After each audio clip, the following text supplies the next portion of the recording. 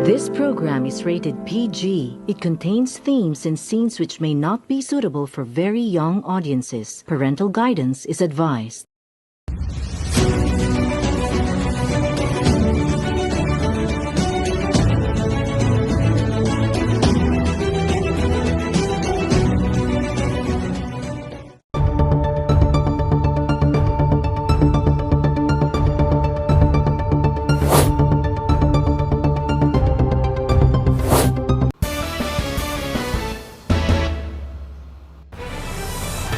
Good day, Philippines!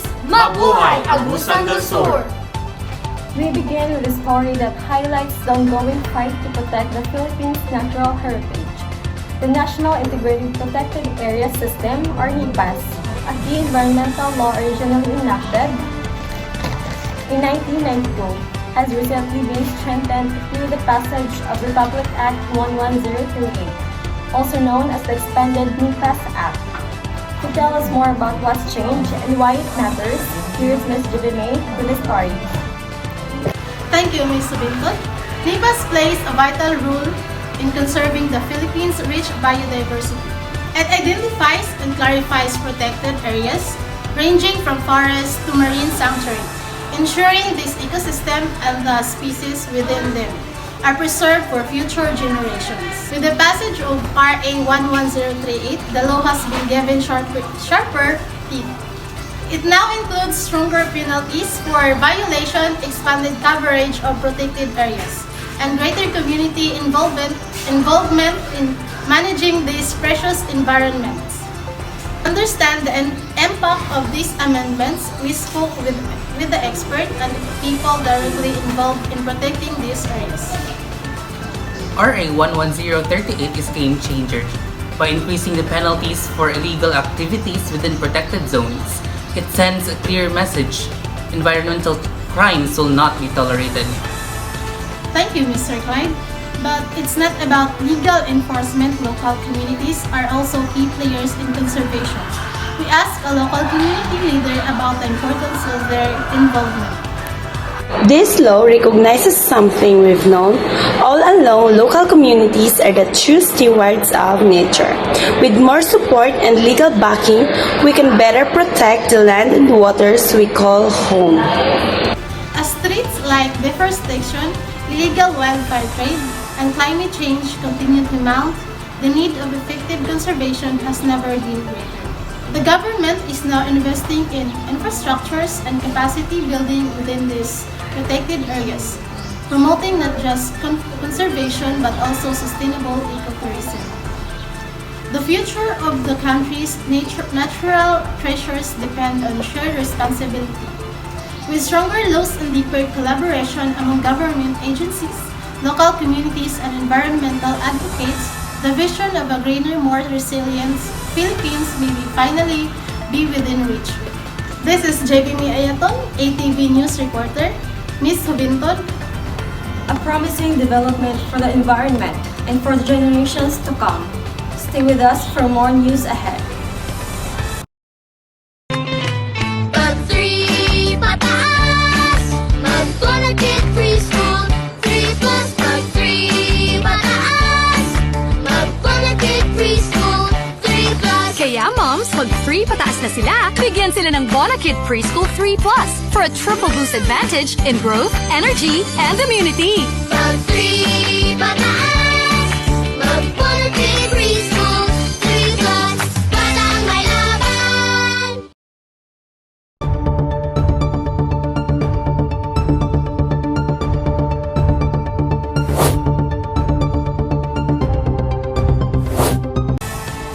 A law that has stood the test of time but now faces new threats. We turn to the Forestry Code of the Philippines, a landmark policy that has guided the management and protection of our forests for nearly 5 decades. Enacted in 1975 as Presidential Decree 705, the law remains a cornerstone in the country's environmental legislation. But in today's era of climate change and rising deforestation, is it enough? For more details, here's Ms. Sunshine. Thank you, Ms. Chato. The Forestry Code was designed to ensure the sustainable use and conservation of the Philippine forest lands. It regulates logging, reforestation, land classification, and other activities critical to maintaining ecological balance.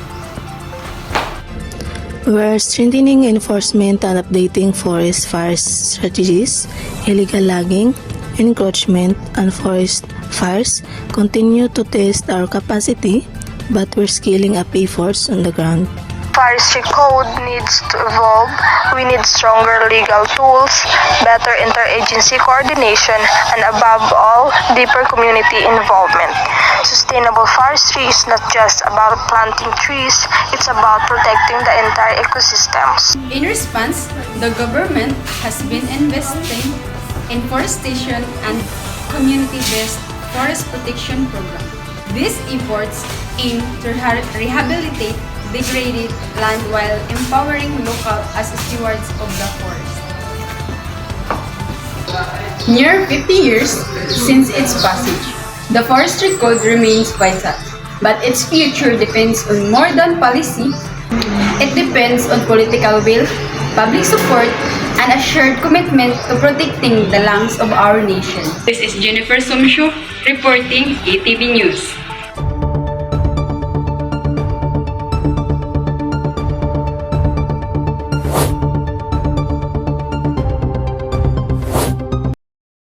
Breakfast na! Nasaan po ang gatas? Gatas? Gatas!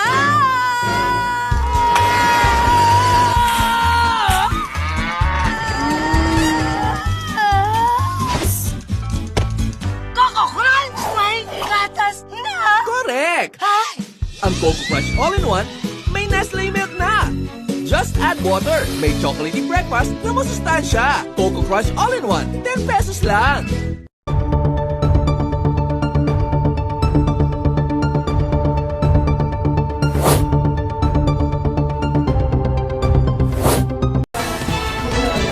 Finally, let's talk about our wildlife. The Wildlife Act of 2001, Republic Act 9147, protects animals from exploitation. Sadly, the Philippines is a hotspot for illegal wildlife trade. Here's Mr. Digamo with the story. Thank you, Mr. Gonzalez. This law makes it illegal to hunt, sell, or keep endangered species. Even keeping a pet bird caught in the wild can mean 6 years in jail. But traffickers still sneak animals into markets or sell them online. Wildlife centers are overcrowded with the rescued animals. Veterinarians work hard to heal them and release them back into the wild. Every species matters. For example, bees pollinate crops and bats control insects. If they disappear, it affects us too. Communities are getting creative. In Negros, local build bamboo nests to attract birds. Others make eco-friendly souvenirs to replace income from illegal wildlife trades. This is Jason Digamo reporting ATV News. Let's remember, wildlife isn't just part of our culture, it's part of our survival. I feel beautiful because I treat my hair with keratin. Keratin? But not just keratin. Dapat may plus. May plus? I choose yung keratin na may plus. Keratin Plus. Pag kailangan ng gamot, huwag mahihiyang magtanong. Kung may right med ba nito? May right med ba nito? Pag may kailangang gamot, huwag mahiyang magtanong kung may right med ba nito. Ang right med ay premium na gamot na kayang bilhin. Dahil gusto namin na gumaling kayo.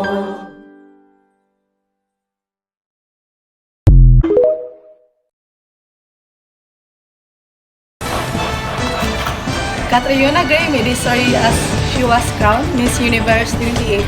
With her stunning intelligence and charisma, she proudly represented the Philippines on the global stage. Her win brought pride and joy to the Filipino people, solidifying her place as one of the country's most beloved beauty queens.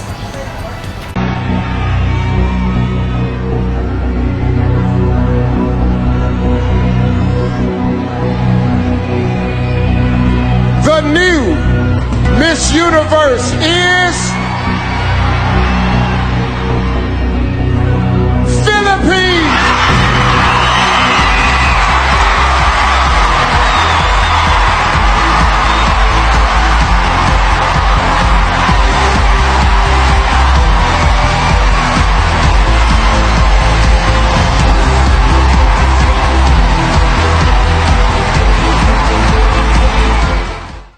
And for sports news, here's Carlos Yulo. Carlos Yulo soars to new heights after claiming 2 golds at Paris 2024 and earning the 2024 PSE Athlete of the Year title. He now eyes the 2028 Los Angeles Olympics, aiming to team up with Badr Eldro while overcoming personal hurdles. His achievements, which also landed him a spot among Manila Bulletin's 2025 newsmaker, earned him a brand new home as a national token of pride. Yulo's grit and heart continue to inspire Filipinos worldwide. I am Yaris Chato. I am Colella Ventur. I am Judy Vilar. And I am Frankie Charles Gonzalez. Stay ahead and stay informed. This is ATV News.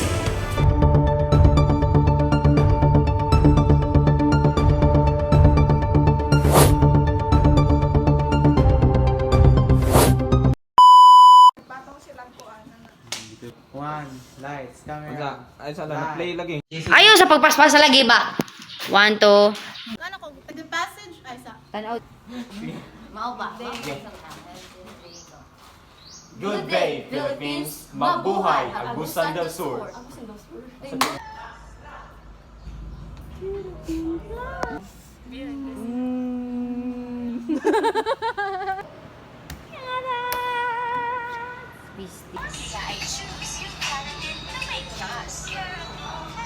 Ayaw mo sa muna na. Ikaw muna. Sige na. Gapa kayo eh.